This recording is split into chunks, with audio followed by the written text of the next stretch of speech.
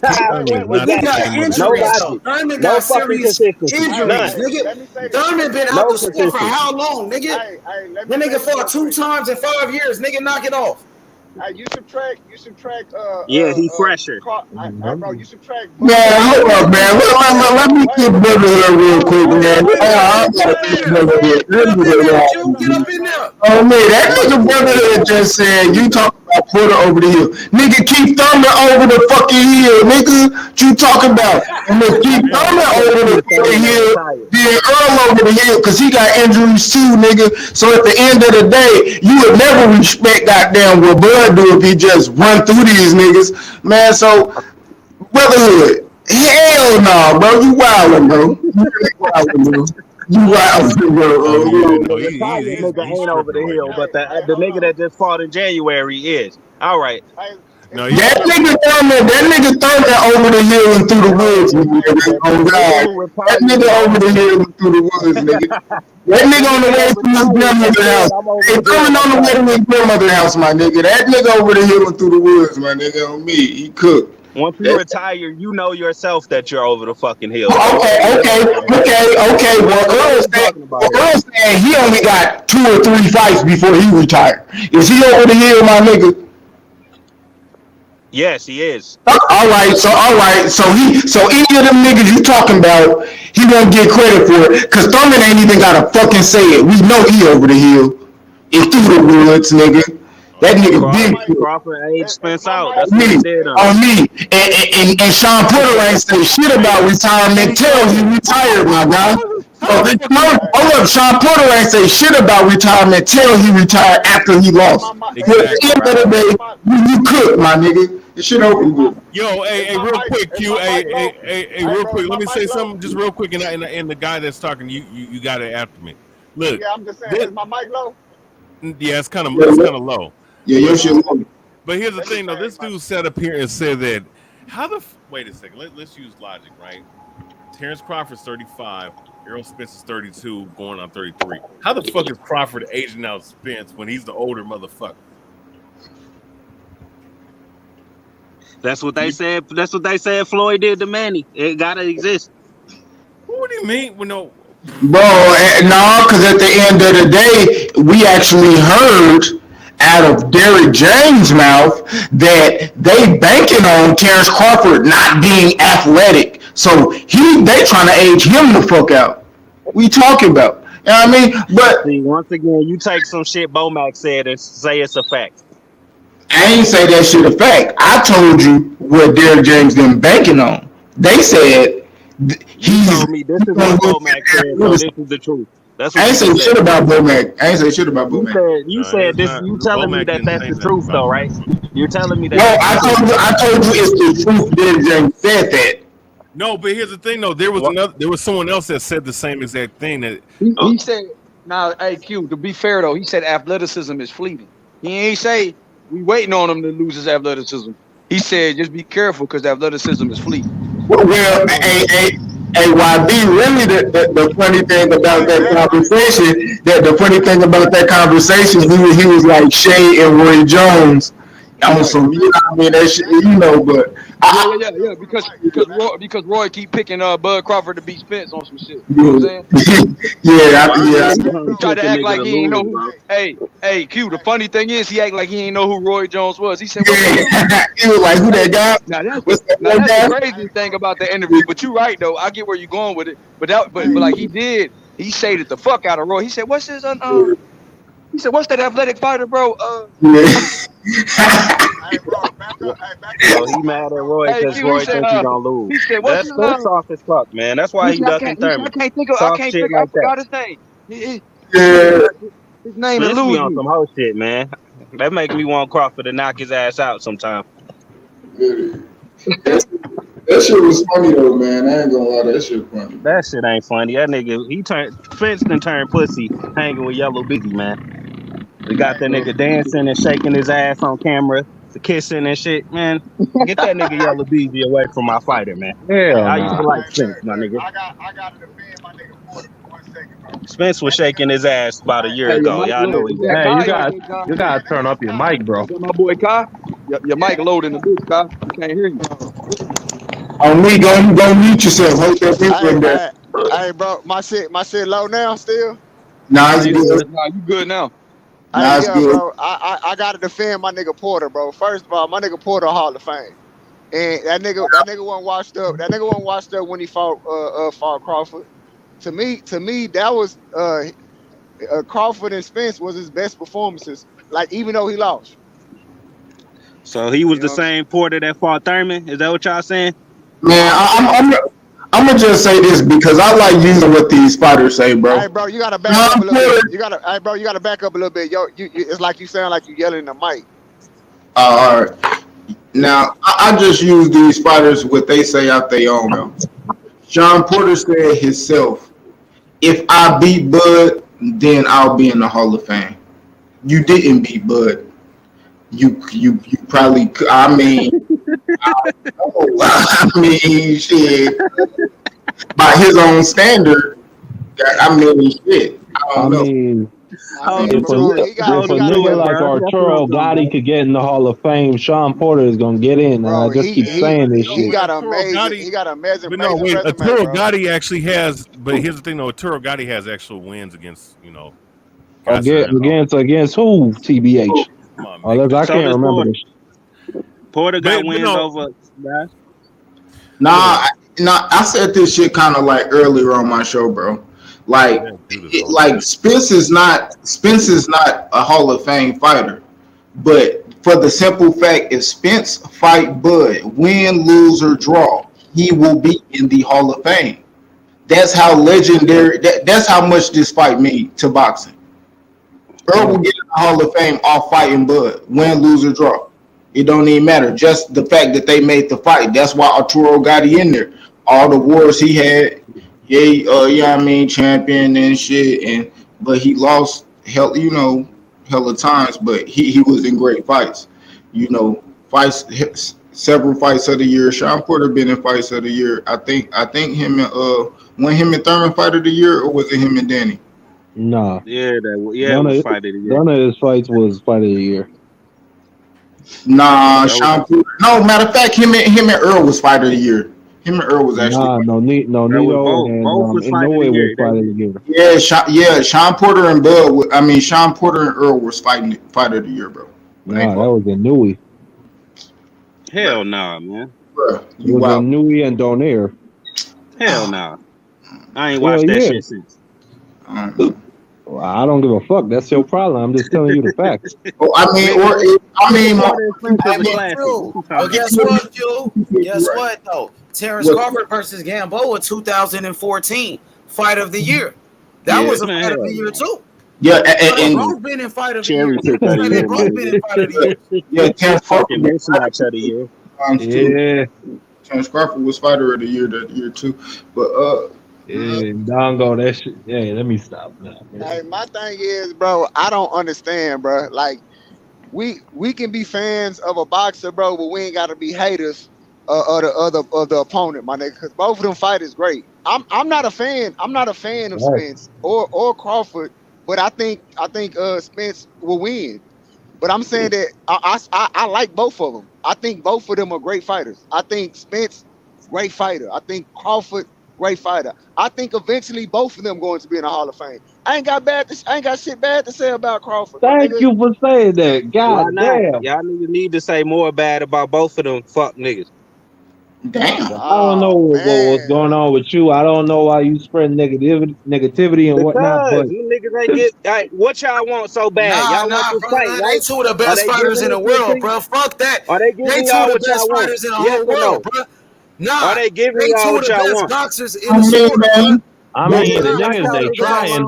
Fucking crying for a fight for 3 years. These are two of but the y'all best love them fighters, and y'all got nothing but good to say about them. That's the problem. Because they are That's two the problem. best. Y'all praise them so fucking much they can do whatever they want. The best fighter in the world, nigga. That's the problem. I mean, I feel the niggas pain. I can't say like I don't understand. Damn. They're gonna do whatever the fuck they want because they know y'all gonna support anything they do, no matter what. Best fighters in the motherfucking world, nigga.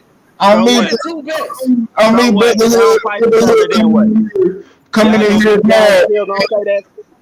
How you coming in here mad with the Vaseline on your fingers after a first jack off session? Still mad, man. Get the negativity out of here, man. You on here wild, bro? What the fuck? You peeking in my window? You on here being wild, bro. Weird, fucking weirdo, man. Your ass only be coming on at 2 a.m. like you been doing something, my nigga. You ain't got no job. Look, here we go with the personal shit. I don't know. The nigga might live West Coast. Who you a fan of that I hurt your feelings about? Go ahead and let me know. Cause y'all niggas only do this shit after I get done talking about your favorite fighter. Oh, fuck you and them niggas, man. I'm just bullshit with you. Hey, brotherhood. So if Spence ended up fighting Crawford, would you say that Spence ducked Stanionis? Yeah, that's what we gonna do. Every time somebody fight each other, somebody getting ducked. I don't give a fuck. Hey, look, honestly, hey, look, it's better fights. It's better fights for both for Spence and Crawford in at super welterweight.